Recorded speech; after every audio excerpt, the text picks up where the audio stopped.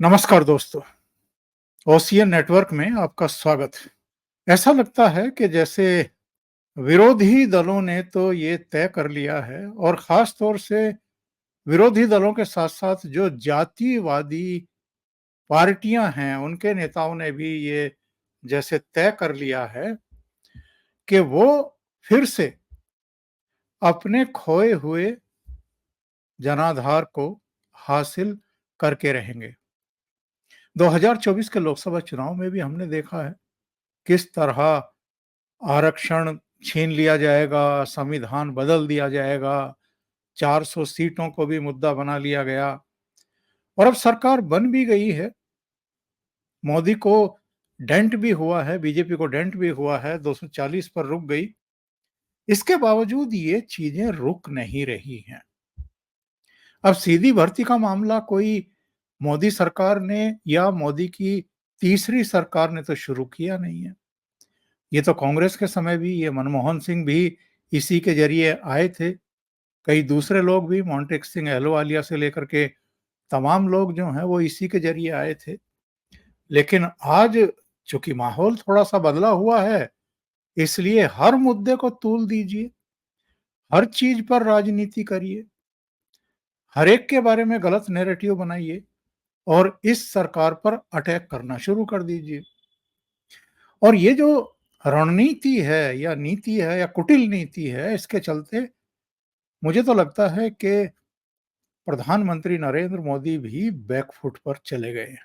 हर चीज में आप अगर कदम पीछे खींचेंगे तो फिर आपको सरकार ये नहीं चलाने देंगे और जो परसेप्शन ये क्रिएट करना चाहते हैं वो कर देंगे कि ये कमजोर सरकार है, ये तो कभी भी भर भरा करके गिर जाएगी। और जिस तरीके से मोदी के जो सहयोगी दल हैं, उनके भी नेता जिस तरीके से एक पोपली सी जमीन पर खड़े हुए दिखाई दे रहे हैं कि विपक्षी दल कुछ भी उड़ाएंगे तो वो भी उनके सुर में सुर मिलाने लगते हैं, डायरेक्ट इनडायरेक्ट वे में। ये मोदी के लिए थोड़ी और भी मुश्किलें पेश कर रहे हैं। मेरे साथ वरिष्ठ पत्रकार और आपके जाने पहचाने अनुपम मिश्रा जी जुड़ रहे हैं, तो उनको हम जोड़ लेते हैं और जोड़ करके चर्चा को आगे बढ़ाते हैं। अनुपम जी, बहुत स्वागत है आपका। नमस्कार नमस्कार। सर। नमस्कार नमस्कार सर। तो साहब, ये भारत बंद किस बात का हो रहा था आज? और अजीबोगरीब भारत बंद था। सुप्रीम कोर्ट ने कोई सलाह दी, कोई टिप्पणी करी और सरकार से कहा कि आप इसको लागू करिए, क्रीमी लेयर को अलग कर दीजिए। सरकार ने कैबिनेट की बैठक बुलाई, सुप्रीम कोर्ट के उस निर्णय या उस सलाह को दरकिनार कर दिया कि नहीं, हम इसे लागू नहीं कर रहे हैं। इसके बावजूद भारत बंद। देखिए साहब, आज मैंने ट्वीट किया था कि सुप्रीम कोर्ट ने तो पहले ही कह दिया कि हम क्रीमी लागू नहीं कर रहे हैं। हालांकि सुप्रीम कोर्ट ने कह रहे हैं, हाई मोदी सरकार ने, कि हम जी। क्रीमी लेयर लागू नहीं कर रहे हैं। उन्होंने कहा सुप्रीम कोर्ट के सजेशन को हम मान नहीं रहे हैं। हालांकि इसके पीछे जो नरेंद्र मोदी की सरकार ने तर्क दिया वो मेरे गले नहीं उतरा। उन्होंने कहा, कानून मंत्री मेघवाल साहब ने कहा कि साहब, क्रीमी लेयर की जो अवधारणा है वो हमारे कॉन्स्टिट्यूशन में नहीं है, तो इसलिए हम लागू नहीं करेंगे। अरे आप कहिए नहीं करेंगे, कॉन्स्टिट्यूशन में तो ओबीसी रिजर्वेशन भी नहीं था, कॉन्स्टिट्यूशन में तो महिलाओं के लिए रिजर्वेशन भी नहीं था, कॉन्स्टिट्यूशन में तो ईडब्ल्यूएस रिजर्वेशन भी नहीं था, कॉन्स्टिट्यूशन में तो रिजर्वेशन में प्रमोशन में आरक्षण भी नहीं था, कॉन्स्टिट्यूशन में तो पता नहीं क्या क्या नहीं था, उसको तो आपने 106 बार बदला ना। तो वो उसका क्या मतलब है साहब? ये मत कहिए कि कॉन्स्टिट्यूशन में नहीं है, क्योंकि कॉन्स्टिट्यूशन में जो जो नहीं था वो आपने 106 बार उसको संशोधित करके डाला। कॉन्स्टिट्यूशन में तो सोशलिस्ट तो सेकुलर भी नहीं था, कॉन्स्टिट्यूशन को तो आपने 106 बार बदल के अपनी मर्जी की चीजें डाली। इसलिए ये कहा कि कॉन्स्टिट्यूशन में नहीं था, मेरी समझ में बात नहीं आती। लेकिन नहीं करना चाहते, चलिए आपने कह दिया हम क्रीमी लेयर नहीं करेंगे, ठीक है। उसके बाद भैया ये तुम भारत बंद, क्या तुम सुप्रीम कोर्ट में महाअभियोग चला रहे हो? जब सरकार नहीं कर रही है तो तुम क्या जस्टिस गवई पे क्योंकि उन्हीं का आइडिया था ये। उन्होंने फरवरी में भी कहा, उन्होंने 1 अगस्त को भी कहा, उन्होंने भी 2 दिन पहले भी एक फंक्शन में कहा जस्टिस गवई के बहुत दिल के करीब है ये मुद्दा, क्रीमी लेयर वाला। वो बार बार इसको तो तुम क्या जस्टिस गवई पे, अच्छा जस्टिस गवई का नाम नहीं लेते, जस्टिस गवई का नाम कैसे लेंगे साहब, वो दलित समुदाय से आते हैं। तो जस्टिस गवई के आदेश के लिए जस्टिस चंद्रचूड़ दोषी बताएंगे, जस्टिस विक्रमनाथ को दोषी बताएंगे, जस्टिस पंकज मित्तल को दोषी बताएंगे, ब्राह्मणों को कहेंगे, वो कायस्तों को कहेंगे, और बढ़िया वैश्यों को कहेंगे, क्योंकि साहब उनकी बिरादरी से आते हैं, तो उसको आप नहीं कह सकते। पर ये चले, ये भी समझ लिया करिए आप। भारत बंद में जो बहुत देखने में दिलचस्प बात साहब, मेरे पास ये मैं देख रहा था कि इसका समर्थन किया है समाजवादी पार्टी ने, बहुजन समाज पार्टी ने, राष्ट्रीय जनता दल ने और झारखंड मुक्ति मोर्चा ने। इसके बाद पांचवा इसका समर्थन राहुल गांधी ने किया है, कांग्रेस नहीं, राहुल गांधी ने। क्योंकि सुप्रीम कोर्ट का आदेश आने के 15 मिनट के अंदर सबसे पहला बयान रेवंत रेड्डी का आया था तेलंगाना से, बहुत खुश कि साहब हम तो इसे लागू करेंगे। जी दूसरा हाँ, जी हाँ। बयान आया था सिद्धारमैया का कर्नाटक से, बहुत खुश, हम तो साहब लागू करेंगे। तीसरा बयान आया था एनके स्टालिन का, क्योंकि वो तो पहले ही लागू कर चुके हैं।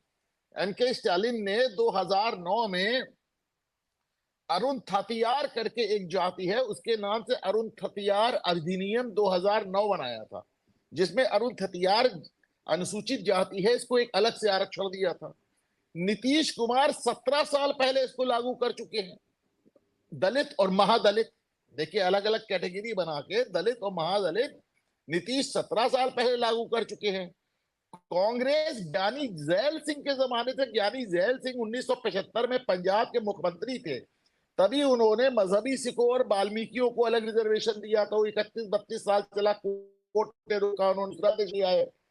आम आदमी पार्टी केजरीवाल इसको दिल्ली और पंजाब में सपोर्ट कर रहे हैं सुप्रीम कोर्ट के ऑर्डर को, यानी वामपंथी पार्टी पहले दिन से इसका स्वागत कर रही है।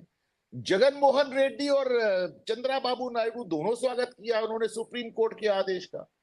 तो जो पूरा दक्षिण भारत है, कर्नाटक, तमिलनाडु,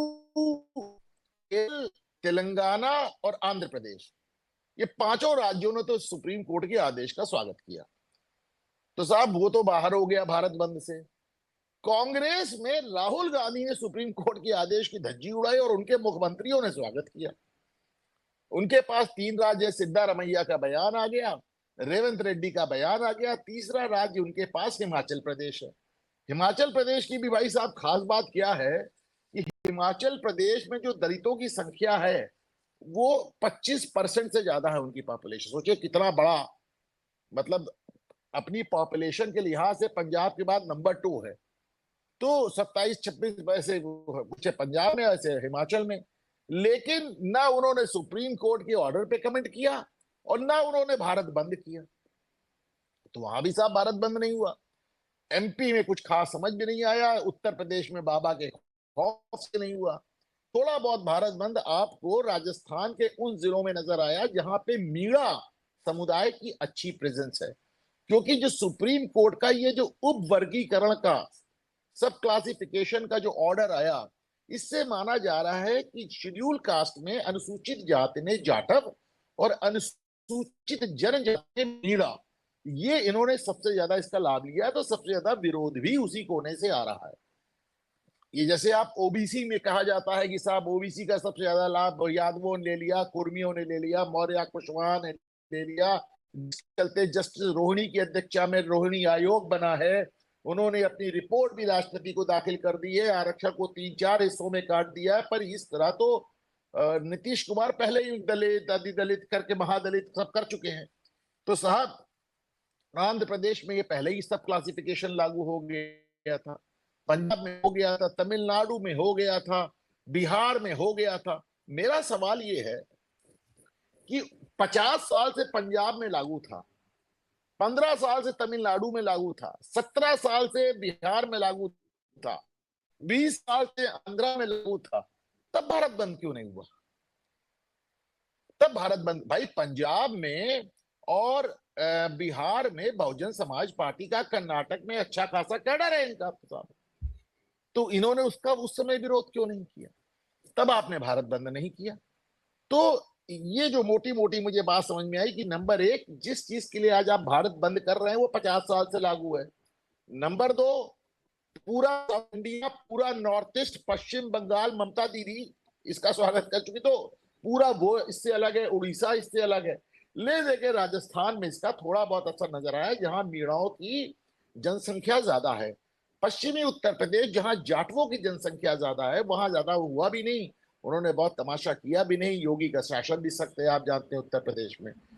राहुल गांधी इसमें सबसे बुरा ये फंसे हैं कि साहब आप सुप्रीम कोर्ट के ऑर्डर का विरोध कर रहे हैं और आपके मुख्यमंत्री उसका स्वागत कर रहे हैं। ओंकार जी, ये समझाइए साहब, ये मोदी साहब ने इसमें ये बैकफुट पर क्यों चले गए? कैबिनेट की बैठक बुला करके पल्ला क्यों झाड़ लिया कि हम तो सुप्रीम कोर्ट के आदेश को नहीं मान रहे हैं? क्यों डर रहे हैं देख, मोदी जी? उन्होंने कहा सुप्रीम कोर्ट का आदेश नहीं है, सुझाव है क्रीमी लेयर का। और क्रीमी लेयर उन्होंने कहा कि साहब चूंकि सबसे ज्यादा, अब जैसे ऐसा है कि सैकड़ों जातियां हैं ओबीसी में, लेकिन अखिलेश यादव बोलते हैं और लालू यादव बोलते हैं लगता है पूरे ओबीसी के लिए बोल रहे हैं, क्योंकि वो यादव से जाति से आते हैं। वो उन्होंने एक तरह से ओबीसी को पेटेंट करा रखा है अपने नाम पे। इसी तरह दलित और एसटी को जाटव और मीना ने अपने नाम से पेटेंट करा रखा है। तो उनका इतना जो वो है एग्रेशन है, वो इतना ज्यादा हावी है, वही पढ़े लिखे हैं, वही सेवाओं में हैं, वही वही कॉलेजेस में हैं, यूनिवर्सिटी पे हैं, सोशल मीडिया पे हैं, राजनीतिक दलों में हैं। तो उन्होंने इतने जबरदस्त विरोध किया कि मोदी सरकार बैकफुट पे चली गई। उनको ये भी लगा कि साहब हमको मिलना मिलाना क्या है इसमें, हो जाए तो नहीं हो जाए तो मैं। लेकिन बड़ी बात यह है कि साहब चाहे वो वाल्मीकि हो, चाहे वो पास, ये तमाम जो छोटी छोटी शेड्यूल कास्ट में 100 से ज्यादा जातियां ऐसी हैं जिन्होंने आज तक आरक्षण का मुंह भी नहीं देखा, जिन्होंने आरक्षण का आ नहीं देखा। लेकिन इस बार उन सारी जातियों में मैसेज चला गया है ओंकार जी कि ये जो सब क्लासिफिकेशन है, ये जो उप वर्गीकरण है, ये हमारे हित में है और एक पर्टिकुलर समूह द्वारा इसको रोका जा रहा है। मैं इसीलिए जानना चाह रहा हूं कि मोदी सरकार इतनी डरी हुई क्यों है? वो क्यों नहीं सख्त फैसले लेती है? क्या जो हम बार-बार अपने प्रोग्राम्स में बात करते रहे हैं कि साहब विरोधी दल तो नैरेटिव बनाने में कामयाब है और सरकार को एक तरीके से बार-बार बैकफुट पर धकेलने में कामयाब है, और मोदी सरकार, भारतीय जनता पार्टी, इनका पूरा मीडिया सेल जो है वो चीजों को लोगों को तक पहुंचाने और उनको समझाने में पूरी तरह नाकाम साबित हो रहे हैं। मैं साहब इसको 1 मिनट में समझा दे रहा हूं, मुझको अभी तक खुद ये क्लैरिटी नहीं थी, आज मुझे क्लैरिटी हो गई। आप इस तरह देखें जैसे लैटरल एंट्री का मामला है कि साहब मोदी सरकार क्यों बैकफुट पे चली गई, सीधी भर्ती। मैं आपको बताऊं कि जवाहरलाल नेहरू के जमाने से सीधी भर्तियां गिना रहा हूं। इन्होंने मंतोष चौधरी को उस जमाने में नई नई इंडस्ट्रीज लग रही थी, भारत का औद्योगिकरण कर रहे थे जवाहरलाल नेहरू। तो भारत की इंडस्ट्रीज को लगाने के लिए उन्होंने हैवी इंडस्ट्री का जो सचिव, जो भारत सरकार में 35 साल की सेवा के बाद सीनियर मोस्ट आईएएस होता है, उन्होंने बाहर से मार्केट से बुला के मंतोष चौधरी को बुला दिया। उसके बाद साहब वी कृष्णमूर्ति जैसे आदमी को उन्होंने मार्केट से बुलाया, उसको भेल और सेल, भारत हेवी इलेक्ट्रिक और उसका स्टील अथॉरिटी ऑफ इंडिया, दोनों का चेयरमैन बना दिया। इन्होंने फिर सर डीवी कपूर साहब को बुलाया और उनको देखिए किस किस डिपार्टमेंट का सेक्रेटरी बनाया। डिपार्टमेंट का सेक्रेटरी मतलब 35 साल का आईएएस, लेकिन आप लेके आए प्राइवेट सेक्टर से। Power, heavy industry, chemicals and petrochemicals, इनका सचिव बना दिया। उसके बाद मतलब आप देखें ये आईजी पटेल को लेके आए। ये आईजी पटेल को पहले इन्होंने डिप्टी इकोनॉमिक एडवाइजर बनाया और उसके बाद इन्होंने इसको वित्त सचिव बना दिया। अब वित्त सचिव कितनी बड़ी चीज होती है साहब, वो आपका बजट पेश करते हैं। फाइनेंस बिल्कुल। सेक्रेटरी मतलब जो आपका ये बाजार से आदमी लेके आए, प्राइवेट सेक्टर से, उन्होंने वित्त सचिव बना दिया 1959 में। तो ये नेहरू जी के जमाने से चल रहा है। के बाद इंदिरा गांधी ने मनमोहन सिंह को 1971 में इकोनॉमिक एडवाइजर बनाया, फिर वित्त सचिव बना दिया। हाँ, और जो प्रोफेसरी कर रहे थे उनको लेकर के आई। अरे भाई मनमोहन सिंह प्रोफेसर ही तो कर रहे थे ना, तो उसके बाद वही मोन्टेक वही सिंह अहलूवालिया को ले आए। मोन्टेक सिंह अहलूवालिया रघुराम राजन को ले आए, वो भी प्रोफेसरी और आईएमएफ से उठा के लाए। उनको भी पहले इस सब इकोनॉमिक एडवाइजर बने और बाद में सब फाइनेंस सेक्रेटरी बन गए, सबके सब फाइनेंस सेक्रेटरी बन गए। आप ये नंदन नीलकेनी को लेके आए आधार कार्ड के लिए, जो आपका unique identification authority of India, इसका चेयरमैन आपने नंदन नीलकेनी को बना। नंदन, और इससे आपका आधार कार्ड निकला। कौन है नंदन नील? अरे भाई, ये इन्फोसिस, नारायण मूर्ति के साथ मिलकर इन्होंने इन्फोसिस बनाया था। तो आप यस, इन्फोसिस से एक आदमी तोड़ के ले आए, मतलब इन्फोसिस से आदमी तोड़ के ऐसे ले आए किसी ऐसा समिति की कला अडानी को ले आए, अंबानी को ले आए, और ले जाके आपने उनको उसका चेयरमैन बना दिया। उसके बाद राजीव गांधी को आपने देखा होगा, सी डॉट प्रोग्राम, उन्होंने इतना एम्बिशियस प्रोग्राम सी डॉट चलाया था डिजिटल एक्सचेंजेस के लिए, उसके लिए उस सैम पित्रोदा को लाके उसका चेयरमैन बना दिया। 1000 1000 लैटरल एंट्री हो चुकी है। अब सवाल ये उठता है साहब, ये आरबीआई के जितने गवर्नर हैं सब लैटरल एंट्री तो है। इन्होंने कौन सा एग्जाम पास किया है? वित्त सचिव बनने के लिए कौन सा एग्जाम पास किया? कहाँ के कलेक्टर, कहाँ के आईएएस है? कहाँ इसमें कोटा लगा? कौन सा इसमें आरक्षण दिया नेहरू से लेकर नरसिम्हा राव तक? देखिए आप सुनिए, दिक्कत कहाँ आई। दिक्कत साहब ये आई कि 2014 में जब नरेंद्र मोदी ने कहा कि हम अपनी सरकार में लैटरल एंट्री लाएंगे, तब लोगों को पता चला लैटरल एंट्री भी कोई चीज होती। इसके पहले लोगों को उन्होंने ये टर्म ही नहीं सुना था, ये फ्रेज ही नहीं सुना था, ये शब्द ही नहीं सुना था। कारण, कांग्रेस सरकार जिसका चाहती थी ला देती थी, उसका गाना नहीं गाती थी। उन्होंने मोन्टेक सिंह अहलूवालिया को अपॉइंट करते समय, मनमोहन सिंह को अपॉइंट करते समय कभी ये नहीं कहा कि हम लैटरल एंट्री कर रहे हैं। वर्ड ही नहीं इस्तेमाल किया, सीधे लाया बैठा दिया, बात खत्म।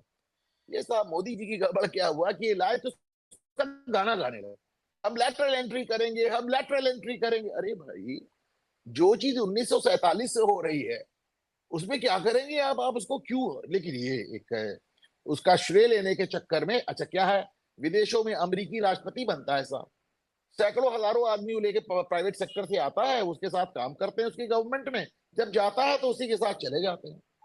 चलिए आप भी करना चाह रहे हैं, अच्छा, हल्ला आपने इतना मचाया, और आदमी कितने अपॉइंट किए 10 साल में? 45, यानी हर साल 4 आदमी। आप सोचिए, आदमी इतने आपने अपॉइंट किए। तो हकीकत ये है कि जो काम इतने साल से हो रहा था, मोदी सरकार ने उसमें क्रेडिट लेने के लिए इतना हल्ला बल्ला, लैटरल एंट्री करेंगे, तब लोग पहली बार ये लैटरल एंट्री है क्या भाई? तो फिर वहां से ये बवाल शुरू हो गया। वरना आप सोचे, जो काम 47 से हो रहा है। दूसरा काम मोदी ने क्या गलत किया कि मनमोहन सिंह क्या यूपीएससी से अपॉइंट हुए थे? रघुराम राजन क्या यूपीएससी से अपॉइंट हुए थे? नहीं। इन्होंने क्या किया कि बहुत फेयर बनने के चक्कर में जिन लोगों को आप सीधे नियुक्त कर सकते थे, जिनको नियुक्त करने की आपके पास में सीधी ताकत थी, जैसे इंदिरा गांधी ने मनमोहन सिंह को कर दिया, उस तरह आपने नियुक्ति ना करके इसको पब्लिक सर्विस कमीशन भेज दिया, यूपीएससी भेज दिया कि साहब हम बहुत फेयर है, यूपीएससी से सेलेक्ट होके आएगा। हुआ क्या, जब यूपीएससी गया तो यूपीएससी का नाम आते ही लोगों के कान खड़े हो जाते, आरक्षण मिला नहीं मिला, वर्गीकरण। देखे ना आपने, चूंकि यूपीएससी से सारी सेवाएं होती हैं, तो आपने एक तो उसका गाना गाया, दूसरे उसको यूपीएस, मतलब एक काम जो 70 साल से हो रहा था, आपने उसकी वो बारात निकाली कि शादी टूट गई। मेरा ये कहना है उनका।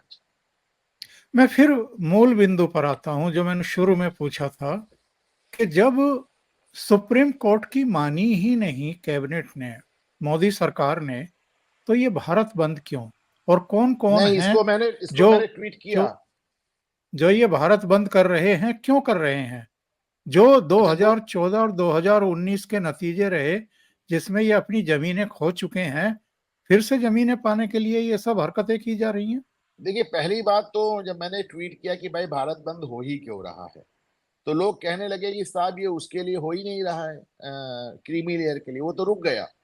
हम जो ये उप वर्गीकरण हो रहा है दलितों में, जो अब उसमें मोदी सरकार की कोई भूमिका नहीं है।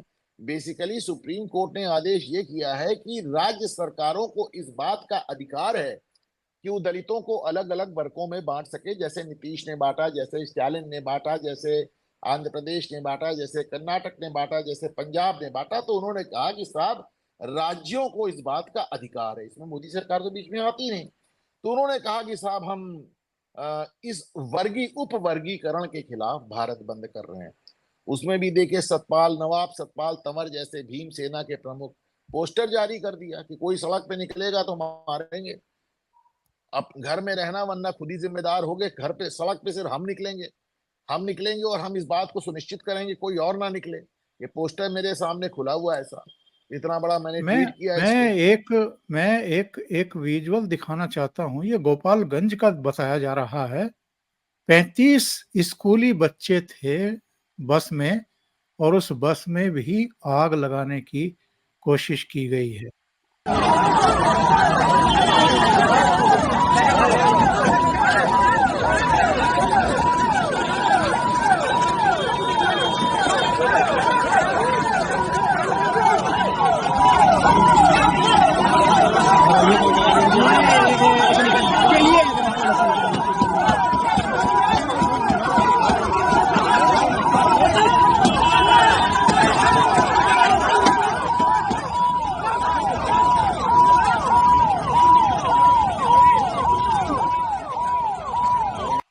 अब ये बताइए साहब, जिस बस में स्कूली बच्चे हैं, उस बस के नीचे जलता हुआ टायर आपने डाला हुआ है।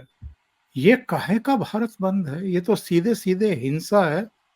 और जिनके बच्चे हैं उनकी तो सांसें अटक गई होंगी ये वीडियो वगैरह देख करके, इस तरह की खबरें सुन करके। अब आप इसको समझिए, भारत बंद अगर सही पे कहीं हिंसक हुआ तो बिहार में हुआ, क्योंकि उसको तेजस्वी यादव लीड कर रहे थे।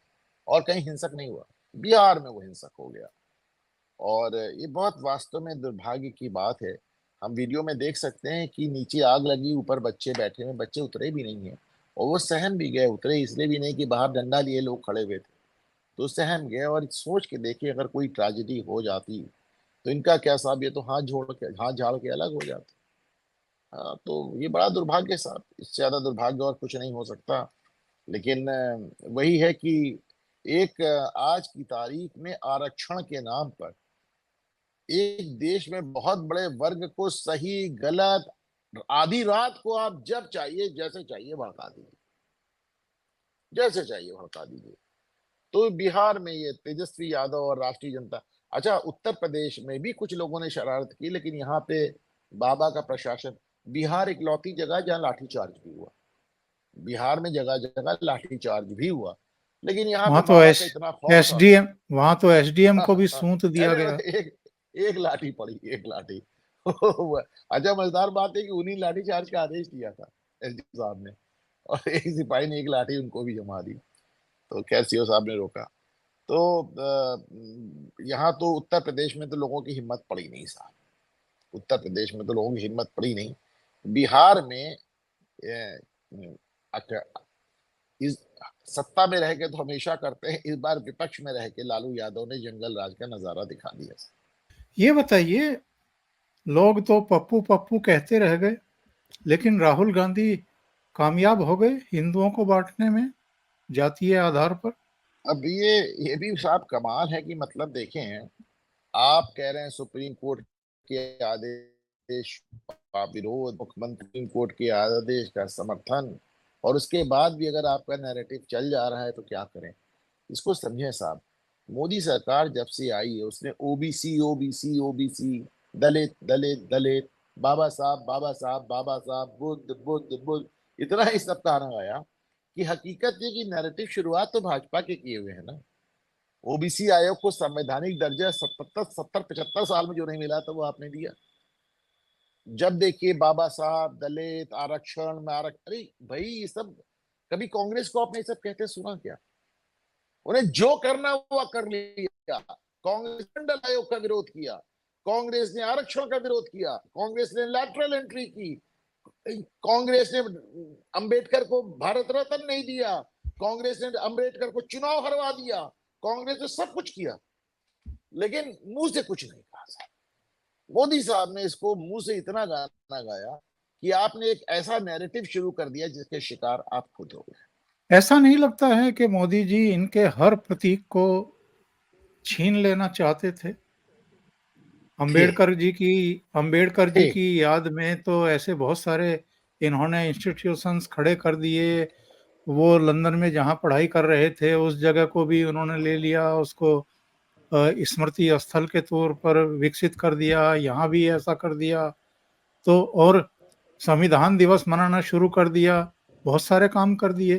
तो हड़कंप मच गया इन सब में कि मोदी जी तो सब कुछ छीन लेना चाहते हैं हमारा, लंगोटी भी छीन लेंगे अगर यही हाल रहा तो। अब वो तो बापू बापू भी करते रहते हैं, गांधी गांधी भी करते रहते हैं। एक सबसे बड़ी चीज ये भी तो हुई ना कि आपने हर जितनी पॉलिटिकल पार्टीज के जो आइकन्स थे उनको एक अंग्रेजी में वर्ड अप्रोप्रिएट करना, जिसको आप छीनना कह रहे हैं। सरदार पटेल कांग्रेस के गृह मंत्री थे, आपने उनको अपना वो बना लिया। आपने बोस को अपना लिया, आपने अंबेडकर को अपना लिया, आपने बुद्ध को अपना लिया, आपने मतलब जितने, आपने तो जगजीवन राम तक को अपना लिया, आपने चौधरी चरण सिंह को अपना लिया भारत रत्न देके, आपने अरे साहब, आज को मुलायम सिंह यादव आपने को पद्म मुलायम सिंह को विभूषण दे अपनाने दिया। की आपने कोशिश तो वहां भी की, आपने कोशिश तो आपने वहां भी की मुलायम सिंह की। तो कुल मिलाकर आपको लगता था कि आप सबको देखे साहब, इतनी भी चालाकी ठीक नहीं होती, क्या कहा जाए सर। इसीलिए तो सारे चिढ़ गए और इनको लगा कि ये तो हमारा सब कुछ छीनने पर आमादा है। तो मुझे लगता है कि सब आपके जो अपने प्रतीक थे, आपके जो अपने प्रतीक थे, Ambedkar type, sorry, Savarkar type के, आपको सावरकर को लेके चलना चाहिए, शिवाजी महाराज को लेके चलना चाहिए।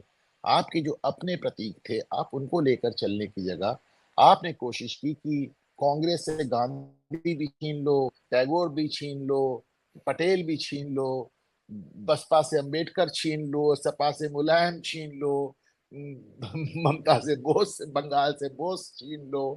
तो आप जो इस मतलब गौतम बुद्ध को भी अप्रोप्रिएट कर लो, तो आप ये बहुत चला नहीं ना, ये चला नहीं, कुछ समय तो बि, चल बिर, गया लेकिन फिर बिरसा बाबा, बिरसा झारखंड में बिरसा बिरसा मुंडा को बाबा। भी ले लीजिए। देखिए, आप देखें ना, मेरी बात सुने ना, आप तो पेरियार तक को अपनाने को तैयार थे, आप तो पेरियार पे नमन कर रहे थे।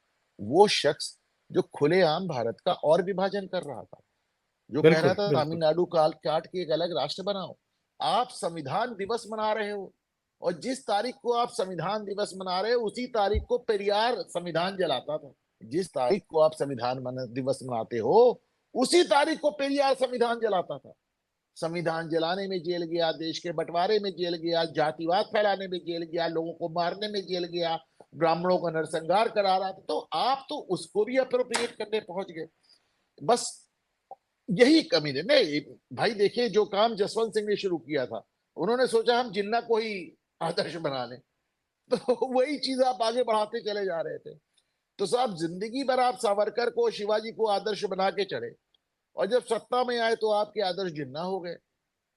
अब एक औरंगजेब बस आपका आदर्श बनना रह गया था, बाकी तो आपकी आपकी चादर हर साल वहां भी जा रही थी मोइनुद्दीन चिश्ती के। एक मजाक भी चला था ना बीच में, जब अडवाणी जी पाकिस्तान गए थे तो जिन्ना की मजार पर अकीदत पेश कर आए थे, तो लोगों ने कहना शुरू किया था कि ये जिन्ना की मजार पे नहीं, अपनी मजार पे ही चढ़ाए आए हैं। हाँ, और और उसके नहीं, वो बाद साबित भी हुआ, वही हुआ भी। अडवाणी का जो हश्र हुआ उसके बाद वो सबने देखा है। लेकिन आज उत्तर प्रदेश में मुख्यमंत्री योगी आदित्यनाथ के आवास पर एक बड़ी महत्वपूर्ण मीटिंग हुई है। चलते चलते जरा उसका भी चर्चा कर लें, जिसमें दोनों डिप्टी चीफ मिनिस्टर भी थे, प्रदेश अध्यक्ष भी थे भूपेंद्र चौधरी, और संघ की तरफ से अरुण कुमार भी थे।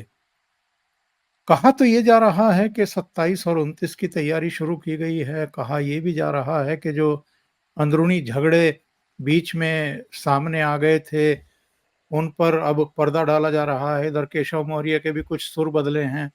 उन्होंने कहा है कि नरेंद्र मोदी जैसा पूरी दुनिया में प्रधानमंत्री नहीं, और योगी आदित्यनाथ जैसा मुख्यमंत्री पूरे देश में नहीं है।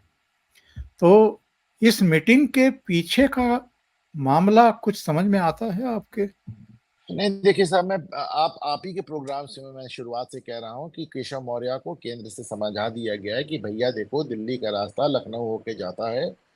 लखनऊ में जितनी सीट आप लोगों की कम पड़ी उतनी सीट से दिल्ली में बहुमत रुक गया, और केशव मौर्य को बता दिया गया है कि साहब आप अपने को कंट्रोल करें और लाइन में आ जाएं। केशव मौर्य ने अभी इससे पहले कहा था, 2 दिन पहले योगी आदित्यनाथ के उनके चीफ मिनिस्टर ने, आज फिर केशव ने तारीफ की, आज फिर केशव ने तारीफ की। और केशव मौर्य के बार बार तारीफ करने से जाहिर हो चुका है कि केंद्रीय नेतृत्व, इस बार मैंने आपके शो पे 2-3 बार कहा है कि इस बार उपचुनाव में योगी को फ्री हैंड दिया गया है। उनका मनपसंद चीफ सेक्रेटरी दिया गया, उनका मनपसंद डीजीपी दिया गया है। उनसे कहा है कि साहब 10 सीट पे आप तय करिए क्या करना है। और मैं अपनी अंदरूनी और मेरी पर्सनल जानकारी है ओंकार सर, योगी आदित्यनाथ को इस बार टोटल उपचुनाव के लिए फ्री हैंड दिया गया और योगी उसमें मेहनत कर भी रहे हैं। तो केशव मौर्य को भी समझाया गया कि साहब आप ऐसी बातें करें कि लगे कि सब लोग एक प्लेन पे हैं, सब लोग साथ हैं। हाँ, थोड़ा सा मैं योगी आदित्यनाथ से भी अपेक्षा करूंगा। केशव मौर्य अगर 4 कदम चले हैं तो एक आध कदम मोदी को, योगी आदित्यनाथ को भी चलना चाहिए। बीच में इस तरह की चीजें आई थी जब हमने देखा था कि केशव मौर्य को मुख्यमंत्री कार्यालय के कमरा उनसे हटा के उनको बिल्डिंग से बाहर कर दिया गया। मुझे लगता है कि योगी आदित्यनाथ को भी एक आध कदम आगे बढ़ा के बड़प्पन दिखाकर केशव को साथ में लेना चाहिए। क्योंकि आपको पसंद हो या नापसंद, चुनाव भले वो हार गए सारे, पर आज भी पिछड़े वर्ग का सबसे बड़ा चेहरा भाजपा के लिए उत्तर प्रदेश में केशव मौर्य ही।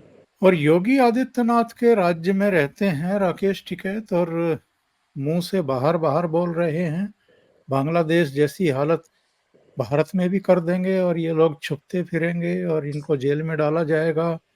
इतनी बड़ी औकात हो गई है राकेश टिकैत की कि योगी का कोई डर ही नहीं रहा है उनको। मैं तो कहता हूँ साहब, जो आदमी 2 बार चुनाव लड़ा हो, दोनों बार जमानत जब्त, जो आदमी अपने गांव में हार जाता हो, अपने गांव में हार जाता हो, उसको इतना बर्दाश्त क्यों किया जा रहा है? मतलब उस, और केवल राकेश टिकैत नहीं, वो नवाब सतपाल तंवर, तो वो चंद्रशेखर रावण, वो कोई भी कैसे भी कुछ भी बोलने को तैयार है।